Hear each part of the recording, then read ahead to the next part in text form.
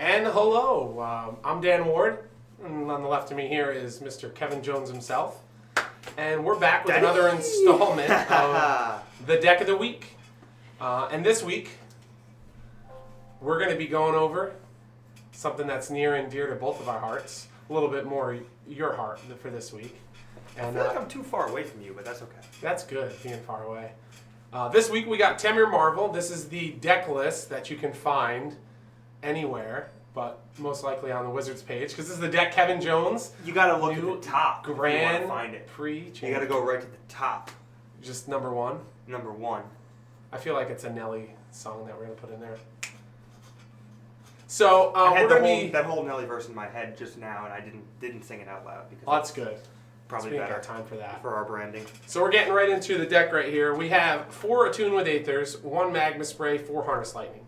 These are the spells you want to be casting better early than late, correct? Mm-hmm. Yeah, you want to you attune in the early turns. Sometimes you have tap lands, so you have if you have to attune a second time, or if you have to tap land on turn 1, attune can get kind of awkward, figuring out how to do it. But after a few tournaments with the deck, you generally figure it out.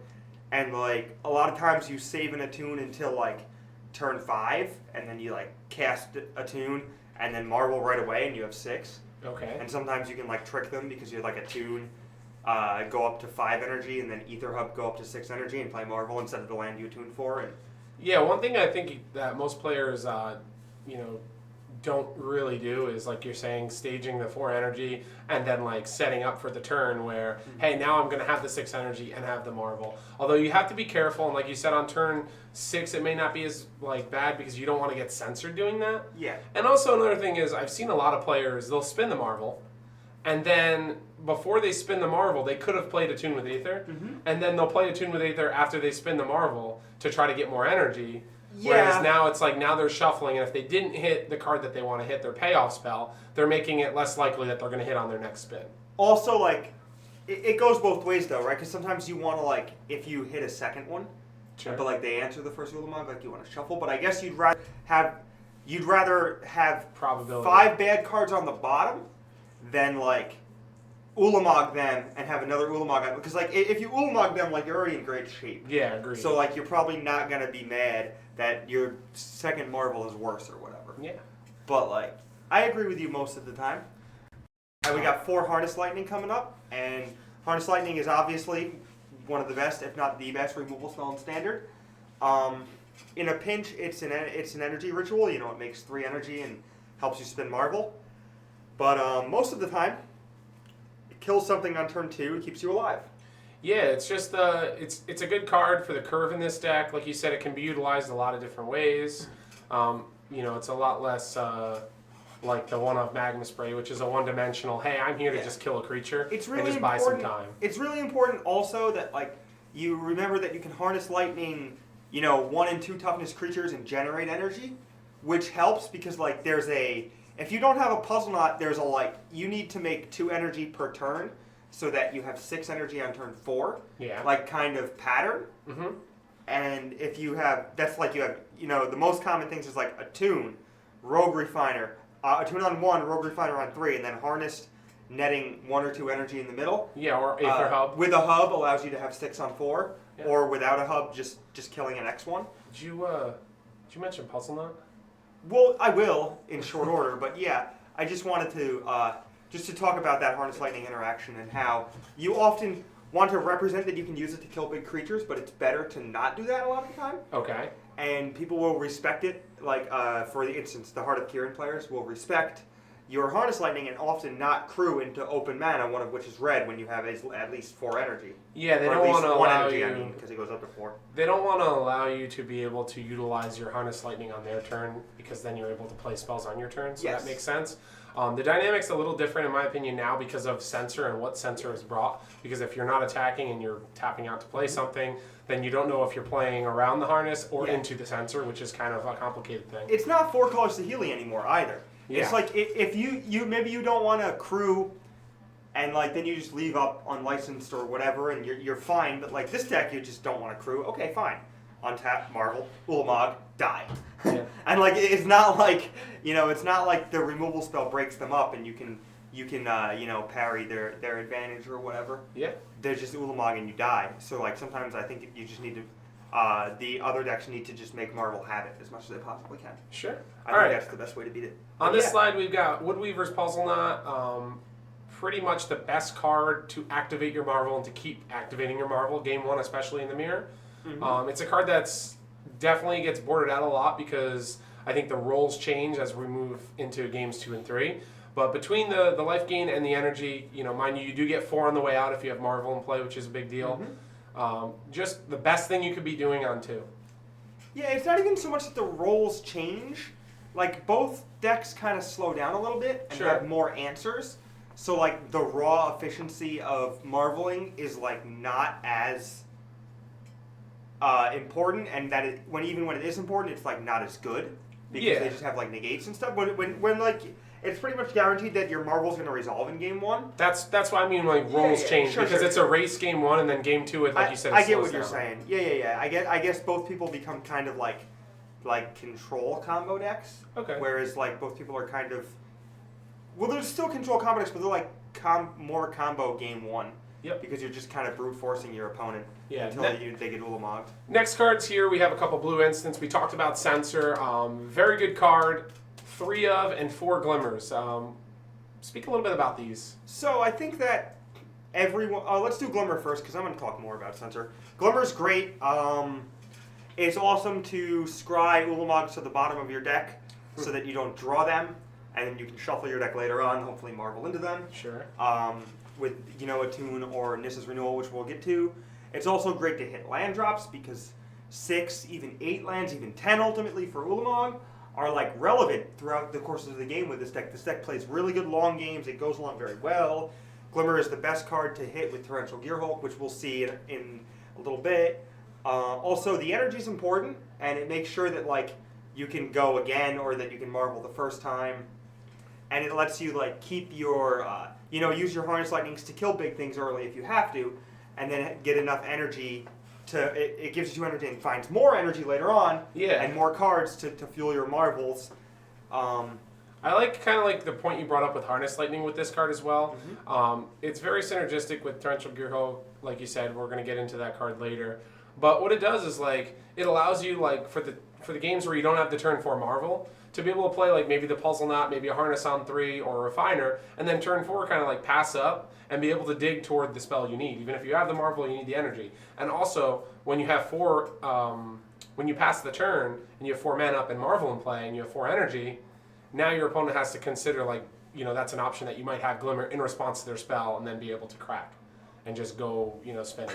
I played a game over the weekend where I Glimmered with 5 cards left in my library and put Ulamog on the bottom and then Marveled. I needed the Glimmer. I needed the energy to Marvel. Okay. So that's why I cast the Glimmer. But I put Ulamog on the bottom so that I couldn't Marvel into it. And then, I couldn't draw it off the Glimmer, and then I cast Spun Marvel and hit it with two other cards left in my deck and then killed my opponent before I could deck. Nice. Which is crazy. Yeah, that is. But, you said you want to talk a little bit about Censor. Yeah, I think everyone else cycles this card way too aggressively, and I think that's bad. Agreed. I actually have a strong opinion. I've heard a lot of people say, I won't mention names, but I heard a lot of people say like they take it out in the mirror. I think they're crazy. I think Michael Majors. I just think it's crazy. I think the card is great. I think it's one of those cards that, depending on your opponent and how they think the game should be played, really dictates the power level of this card. Well, the idea is that like if they're gonna respect it, you don't really need to have it. And instead of cycling it to get another card, you could just have the other card instead. Yeah, I just think there's just But I like to keep them honest. You got to keep them honest, I think, as well. And the mana gets crimped. As sometimes you're just tapping out turn 10 for an Ulamog. Well, yeah. I've countered so many Ulamogs with Censor. People are not usually playing around Censor. They're going to cast Ulamog as soon as they can, under most circumstances. As if they don't, you might. And then they definitely can't cast Ulamog. Agreed, and being on the draw, it's just the best thing you can be doing to counter a Refiner or to counter a Whirler on turn. And most people are going to rationalize it in the way that they think that if they get to Ulamog and Vindicate 2 things, you might not have a Censor. And even if you do, it's not terrible. Well, they still, got 2 cards off the Ulamog, and they're not that upset about it. Sure. So you see that happen a lot. And People just run their Ulamogs into sensors. I think you can pinch negates when they like Marvel, negate your negate, and then you only need 4 mana to beat their 6 mana because you have a sensor. Yep. That won't do anything elsewhere. Here we got the creatures, the 3-drop creatures. We talked about like how important it is to go energy producer. Obviously, the nut kind of is going to attune to Aether, into Pulse Knot, into one of these creatures. We got 4 and 3. Why the numbers? Well, these 7, the 7 3-drops that you see here are clearly the best things you can be doing on turn 3, provided that you have a 4th land. Okay. And Rogue Refiner really facilitates finding one. Post board, you're going to want to be casting trackers and stuff because everything changes a little bit. Yeah. But right here, we just want energy. We just want to be the most smoothed out deck we can. We want to marvel over and over and over until we hit Ulamog. Yeah. We want to be super consistent. We want to trade up. We want to have good game going long. And these cards do all those things. And World of Virtuoso offers the opt-out if you don't have Marvel of making 1 million energy and just making 1 million doctors and killing them. I think the numbers are representative. Like a Refiner is just doing the best thing you want to be doing with this deck. However, Whirler just gives you that flexibility to be able to change gears and turn this into not only like just a different game plan, but being able to put some chump blockers out is kind of crucial, especially with getting to the games where they go long for Ulamog or for, which we're going to get into. Whirler is rated about where it should be now. People are starting to realize how good it is. Yeah. But it was like the most underrated card in Standard for a very long time. It's just super important to like these teamer energy-based like value decks that have either a combo finish with Feldar Guardian or the combo finish with Ulamog. Like we're seeing like essentially the similar decks. Like there's a Jeskai Saheeli deck I played a while back, which played this card in Glimmer and the combo.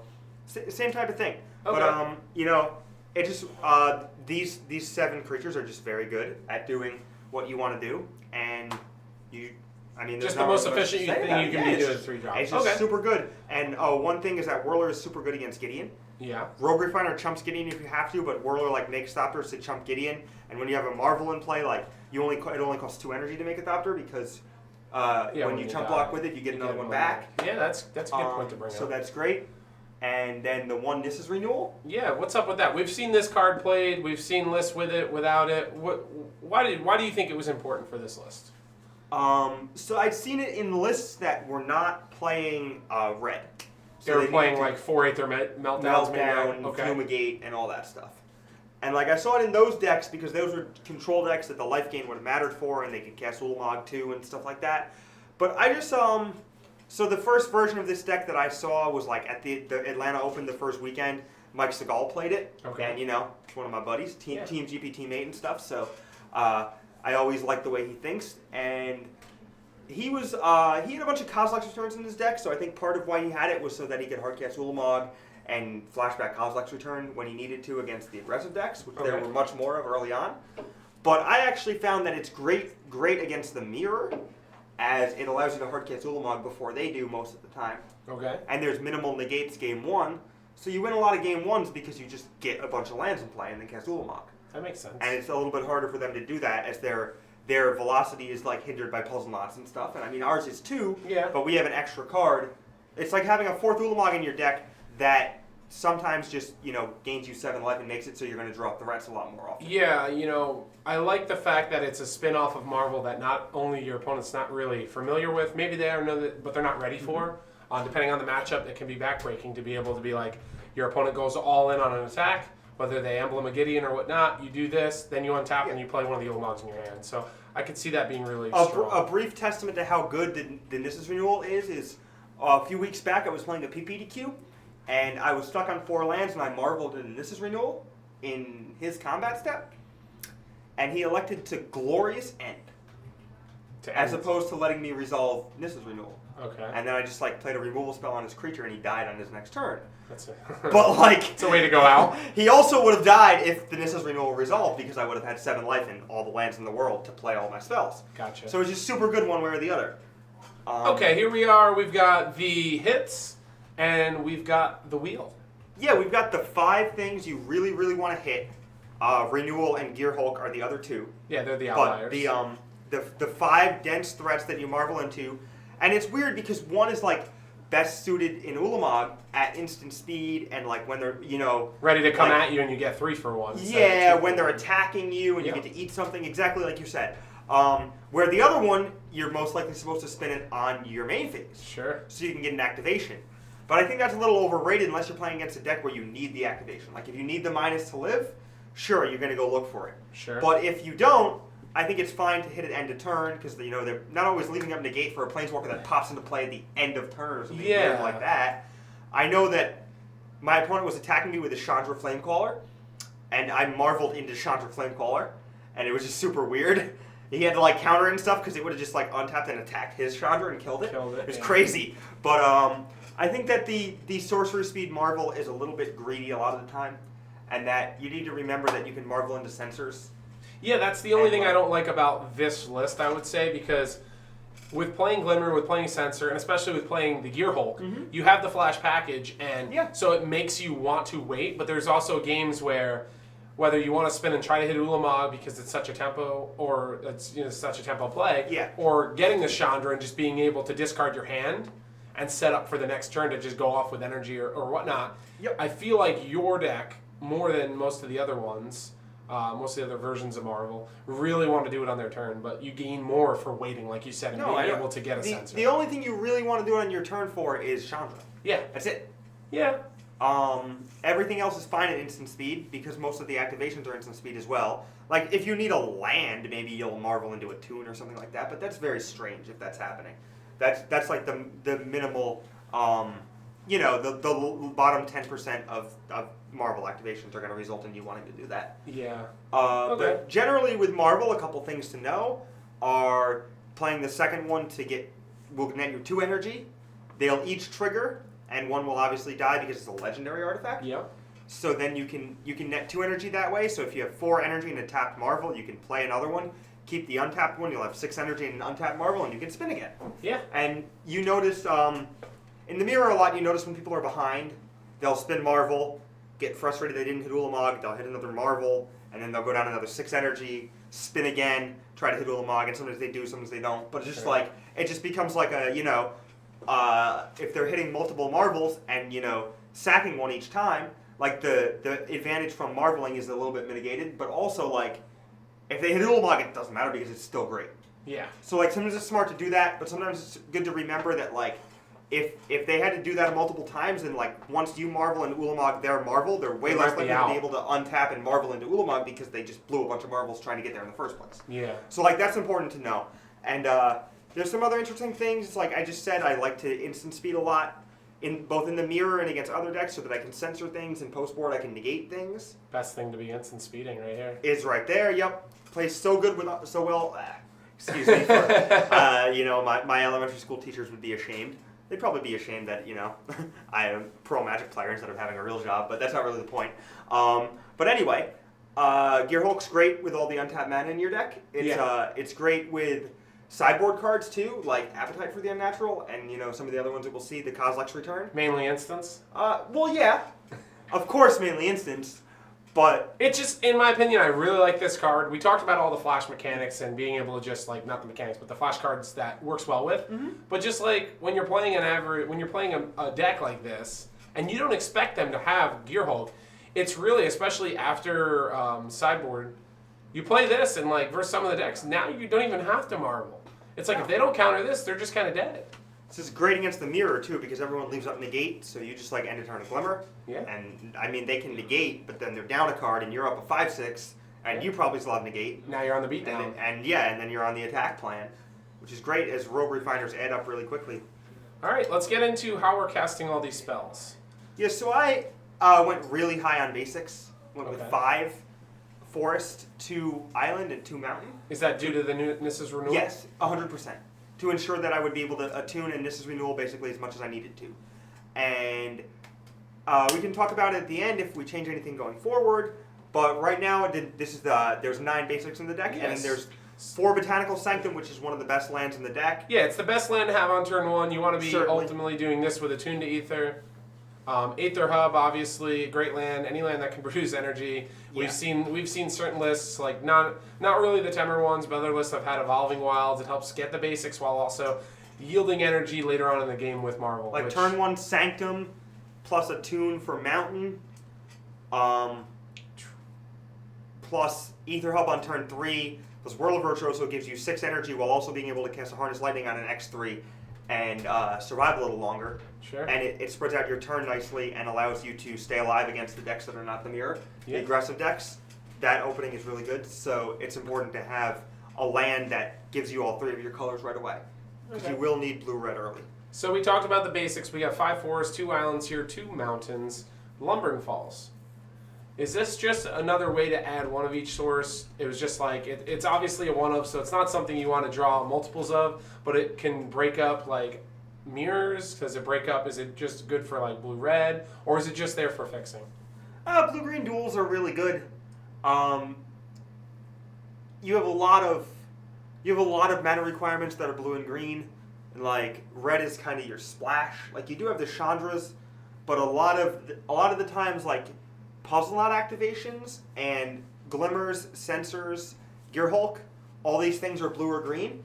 So like you want to tap your lands in such a way that you're leaving up lands that are representing multiple different things. Sure. And then the way that that's facilitated is by having a lot of black-green duel or blue-green duels, because the blue-green duels can represent cracking Puzzle Knot or casting one of your instants, or maybe just another sorcery speed, something like Renewal later on in the turn or whatever. Okay. A lot of different stuff. Also, Lumbering Falls, awesome against red-blue attacks. Yeah, hexproof is They real. can't really beat it. They have to like activate a Fuma Roll and try to trade with it. The night before the Grand Prix, I cut the second Lumbering Falls for a Shelter Thicket because I had added the Chandras during the week. Okay. And I wanted to make sure that I had more red sources. And then this gives you an option for cycling later, as we know with like the Attune Energy Package decks that there is a little bit of air there going along, and you can flood. Okay. 4-color Saheeli was a little flood prone, and so is this deck sometimes. If you don't draw a high density of Glimmers, you can flood a little bit, and it's nice to have a land that cycles in that regard because you can, Yeah, get another card that going makes on. sense. Having an additional red source for cards that we're going to get into in the sideboard, like Sweltering Suns and Chandra, like you mentioned, are great. 3 Spire Bluffs, Canals. Just the fast lands are really good. Like you said, you want to be green on 1, red on 2, and that kind of facilitates that while also adding red sources for the Chandras and the Sweltering Suns, and blue sources for the Torrential Gear Hulk. Yeah, your Attunes and your Rogue Refiners cost green mana, so like a lot of times you'll either attune for a forest or have a forest. Okay. And like as a result, like it's nice to have a Spire Bluff Canal because it represents the other 2 colors, so you can leave up Harness plus Sensor or whatever, and then you can leave up Ether Hub and never tap it so that you keep your energy and all that stuff. Gotcha. But represent other colors as well. So it's good there. Let's get to the sideboard. We got some blue cards. Oh, one thing real quick. Don't be afraid to just play Shelter Thicket tapped. It's Okay. important. Just if you need to play lands, just play it. count your tap. lands, figure out if you have the ability to stay good going long. Make sure you're not prone to flooding. And then once you figure that out, don't be afraid to play it on turn 1. Don't be afraid to play it on turn 2 or 3 either even. Okay. Ensure that you have 4 untapped lands on 4 or whatever. 'Cause Yeah, you need to be able to Marveling or represent Marvel. Glimmering, once you didn't die in the early game, is the most important thing. Yep. To make sure that you maximize your mana utility on your 4th turn. No, I agree with you there. Alright, so sideboard. Here we go. We got 3 copies of Negate and 1 copy of Dispel. This is a bit of a package. All this stuff comes in the mirror and against blue-red control. There's some other places where Negate is useful. Some Planeswalker heavy decks, if you see anything like that. You don't see much of that anymore, but it's also good against like post-board against black-white zombies, as they have Mastery, Anguish Unmaking, Transgress, Dispossess, Gideon, and I think that's it. But that's enough. Yeah, I'm not a big fan. I could see Dispel coming in versus the mirror when you're on the play. I'm not a big fan of the card. I know a lot of people are like, oh, I like the 1-mana interaction. I like to be able to play Marvel and have that up. But it really only hits in some of the lists. It hits Glimmer, it hits Harness, and it hits other counterspells, and it's really situational. Just use it to hit Glimmer. Yeah. Just use it. It's so important. Yeah, okay. I can see that. Especially if you're playing like a Gear Hulk mirror where both players have that. Like that. Also, it forces things through. Like the Harness Lightning is like less prioritized post-board too, so sometimes you just dispel Harness Lightning on tracker and then it kills them. Sure. That happens a lot too. Not a lot, but enough. Yeah, but that's enough to make noting. nothing, yeah. And like, it's not that a lot of people are figuring out that you're supposed to leave in like 3 to 4 Harness Lightnings, probably all of them in the mirror. Sure. Because you need to make sure you don't die to trackers. But people still, like, after the first one, they'll like scry into other things and stuff. So like, it's important to know that like there's a higher value on the first one, but way lower value on the other ones. Yeah, so like you might be able to returns. just strain them with it, or strand them without another one. Yeah, I like the point you brought up with negate too. I really feel like it has a lot of targets versus not only the black-white version but the black version. And I think one of the only ways that the zombie deck is going to like consistently defeat this deck is by landing the dispossess on 3. So even having maybe not like a full set of 4 if you have those in your board, but bringing like 2 to 3 in, especially when you're on the draw. I think you can play a little bit of a slower game because on turn 3, if they play dispossess and you have either censor or negate, it's pretty big. And even if you have to, save that negate for a Liliana's Mastery, like it's also fine. Or if you're on the play and you get a transgress, it's also fine. I didn't want it against mono black. I did want it against white black. I could be wrong. I'm not really sure yet. I think that censor is probably a little bit better. I left a few of those in because they just dispossess right on curve. You definitely want censor. Mastery, which they're tapping out for as soon as they possibly can. Yep. But again, only replaces itself going long. And once there's no more Marvels in your deck, cycling is a little bit worse because there's a lot more air. Sure. If you do get dispossessed and can't get around it with the censor.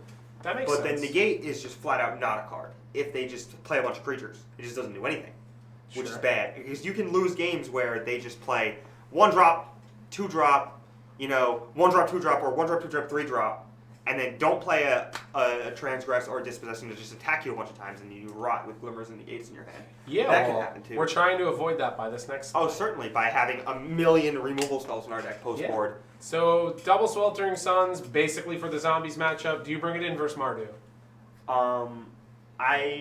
I think I boarded in 1 on the draw in top 4 against Max McVetti, and I boarded in 1 on the draw in round 9. Those are the only 2 times I played against Mardu. Okay.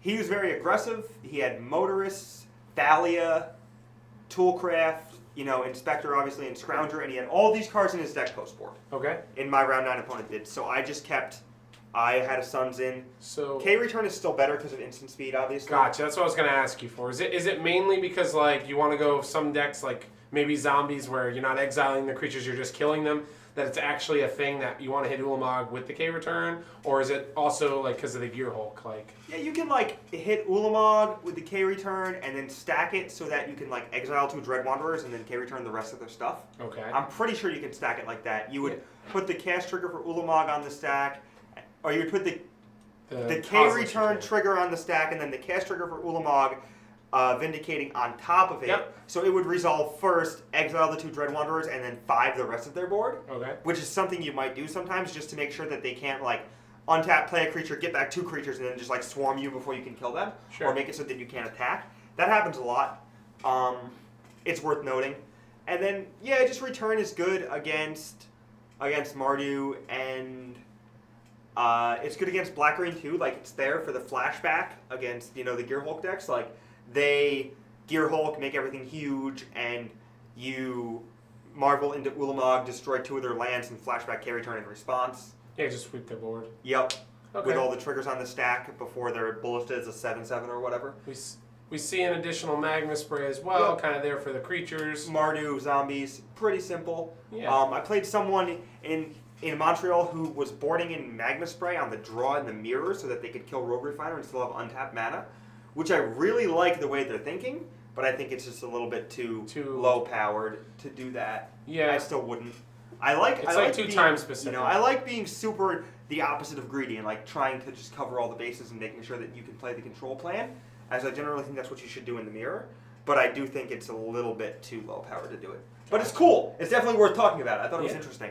And we got 3 trackers here. Yeah, this is the creature plan. So this is, you got the Tireless Trackers, the Manglehorn one of, and the one of Shielded Aether Thief.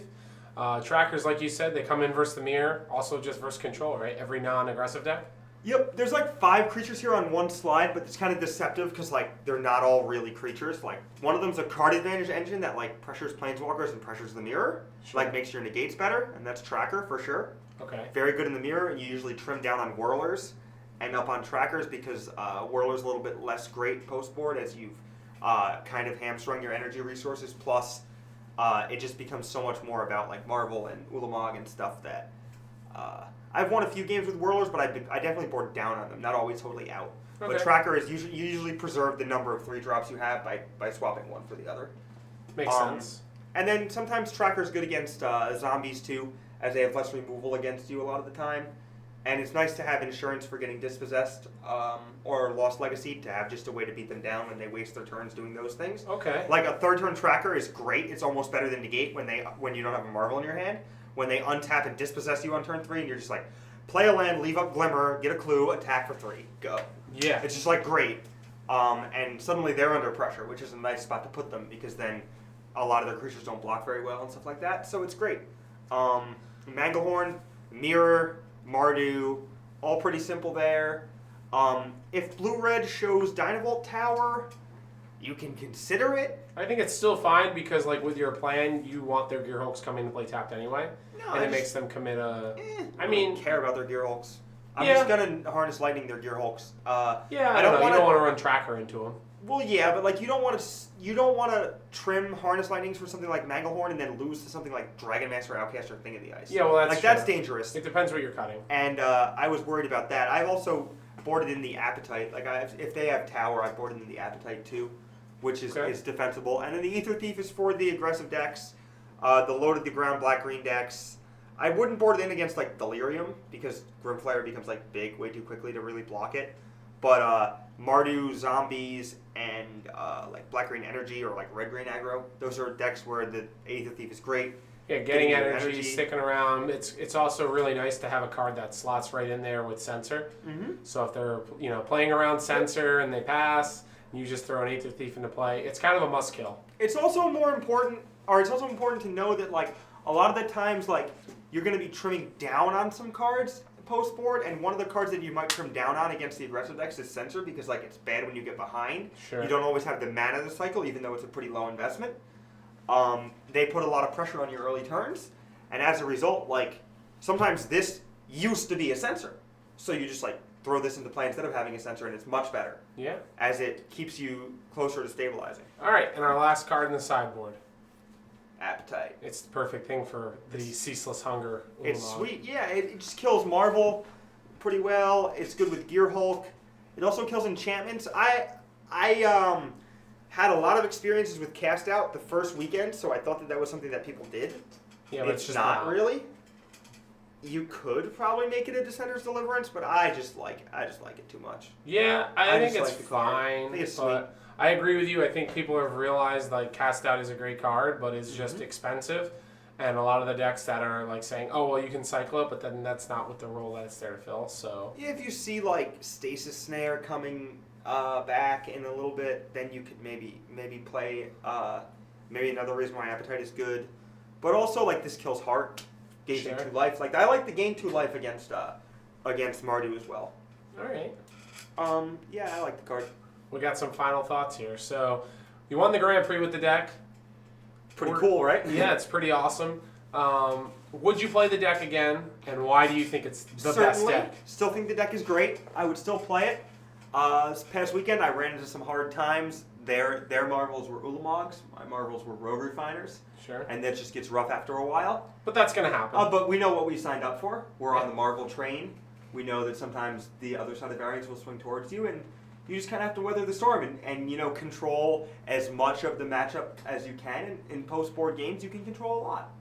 If you control everything but them just blindly hitting Ulamog and destroying you, you can't really feel that bad about that, right? Yeah, not You at all. didn't create the format, so you kind of have to live it as a function of what you've been given. Yeah, and I think one of my final thoughts for this deck tech is I've heard a lot of people really complain about the turn 4 Ulamog, and I would say pay attention in all of the matches if you're going to play Marvel, and you'll see a difference in actual gameplay, and it's not always who comes down to turn 4 Marvel. The games are actually pretty cool.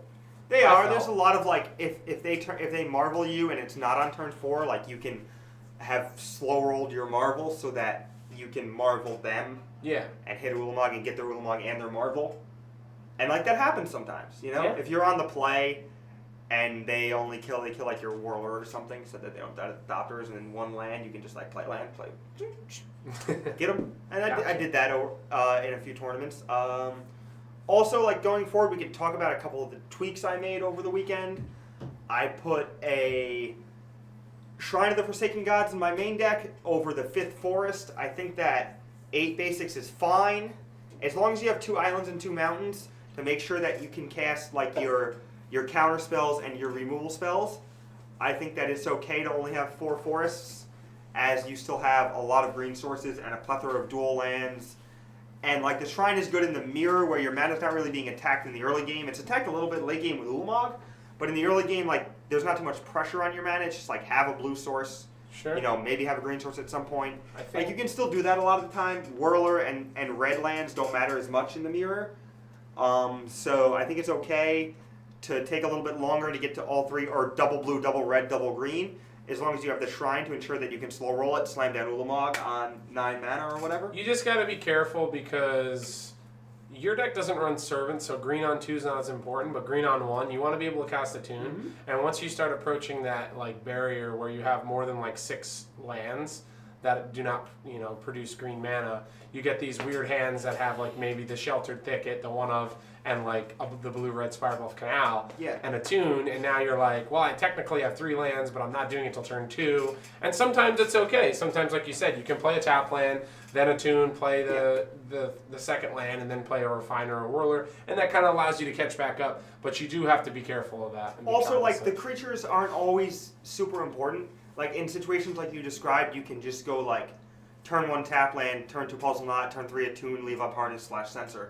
And that's fine. Yeah. Because that like gives you a lot of energy, and also lets you stop Marvel if they have it, or whatever, or stop Gideon if they have it, different matchup. But, that type of thing. So that's sweet. So I added the Shrine, and I don't think it's too greedy. I think it's close. There was one time when I cast Renewal and then was out of the tunes, or like couldn't tune for anything, but I mean I had 10 lands, so I'm like, you can't really complain about that, I guess. Yeah. So whatever, you can still get 2 energy with it and shuffle if you need to. Okay. But yeah, just thought that was sweet. And then I cut the Kozilek's Return from the sideboard, sadly enough. I liked it a lot. I had 3 in my 75 when I started playing the deck, and it just went down and down and down. And I only really, really loved it against Mardu and Black-Green, which I saw much less of in the subsequent weeks, and saw a lot more of the Mirror and Zombies. Sure. It's still fine against Zombies, but a little bit worse because of Mimic and Mastery and all the things that Lords and stuff that they have. All right. So I boarded in, I put a Confiscation Coup in my sideboard, which is a great card for the Mirror. Stealing Ulamog. Yeah, Stealing Ulamog's good. That card is actually one of the things I've heard most players be concerned about after board, because it really changes the dynamic of the game. If you're ahead on it and you hit the first Ulamog and then you get it stolen, like you're really under pressure to hit another Ulamog because there's not another card in the matchup that can actually get rid of Ulamog once it's on the board. Besides that. All right, well, that's going to do it for this week's Deck of the Week. Next week, we're going to be doing Brad Nelson's Grixis Death's Shadow. Get everybody prepared for SCG Charlotte. That he won SCG Baltimore with. Yeah, we're going to get in depth with that and get some more Modern out there for you. And yeah, I'm Dan Ward. And I'm Kevin Jones. And there's our Thank Deck you of the for Week. watching Deck of the Week. We'll see you next week. Looking for fun, informative Magic the Gathering analysis? Look no further than Kirwan'sGameStore.com. Team KGS has the best writers and content providers this side of Kaladesh. Whether you're looking for standard, modern, vintage, tournament reports, or deck techs, Team KGS will give you the insight and analysis to help with your Magic game. Check out Kirwan'sGameStore.com weekly for new videos and articles, and see why KGS is the best place in gaming.